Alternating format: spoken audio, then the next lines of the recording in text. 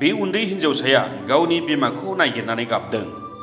नाथाय बिमा नागिरनानै गाबना मोदै हुगारनाय उन्दै फिसाजोनि मोदैया बेसेबां गाबखांहोनो हागोन हिन्जाव गोनांखा हौवानि थाखाय बोदोर जानानै गावनि न'खौ नागारलांनो हानाय रथिमा बसुमतारीनि गोसोखौ।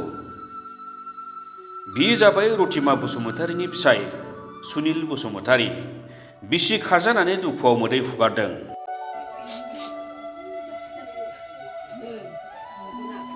सुनिल बसुमतारीनि न'आ बाक्सा जिल्लानि बरबुरि थानानि सिंनि मानिकपुर थुरिबारि गामियाव।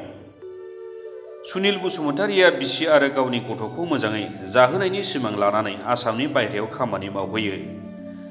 नाथाय सुनिलनि सिमाङा सुनिल साननाय बायदि जायासै। सुनिला न'आव थायैनि खाबु लानानै गुबुन हौवाजों सोमोन्दो लाखियो।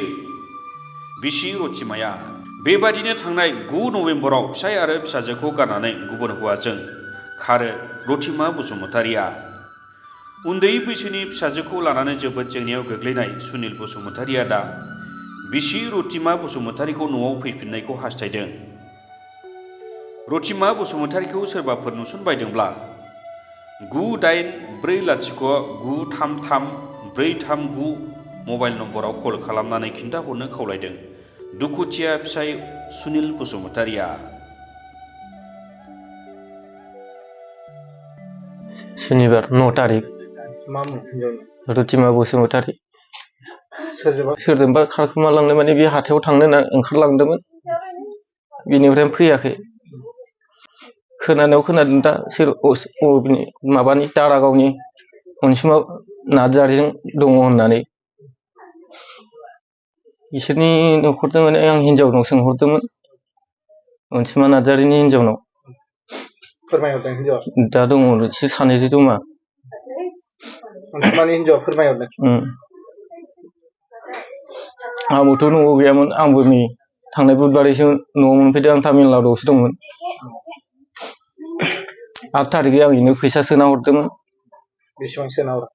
8000 फिसाजोनि बार्थडेनि थाखाय। नोंजों माबायदि रायलायहरोमोन न'आव थानाय समाव? न'आव थानाय समावलाय मोजां रायलायो। ओरैनो मालाबा नांलायहरो। फैसा थाखा नांगौबा? फैसा थाखा नांगौबा मोजां रायलायहरबाय। ओरैनो मालाबा आरो माखा रागा जोङो नांलायहरलायबाय थायोमोन। मोजां रायलायामोन बारा एसे।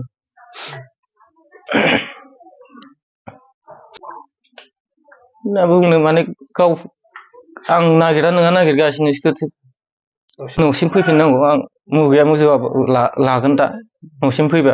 आरो फिसाजोनि मोखांखौ नायनानै फैफिननांगौमोन।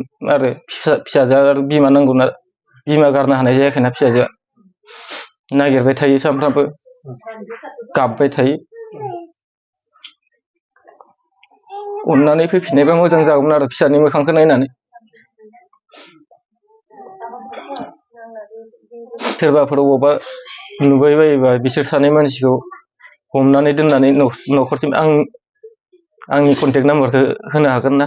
बेयाव आंनि कन्टेक्ट नाम्बाराव डाइरेक्ट खिथाहरनो हागोन हमना दोननानै।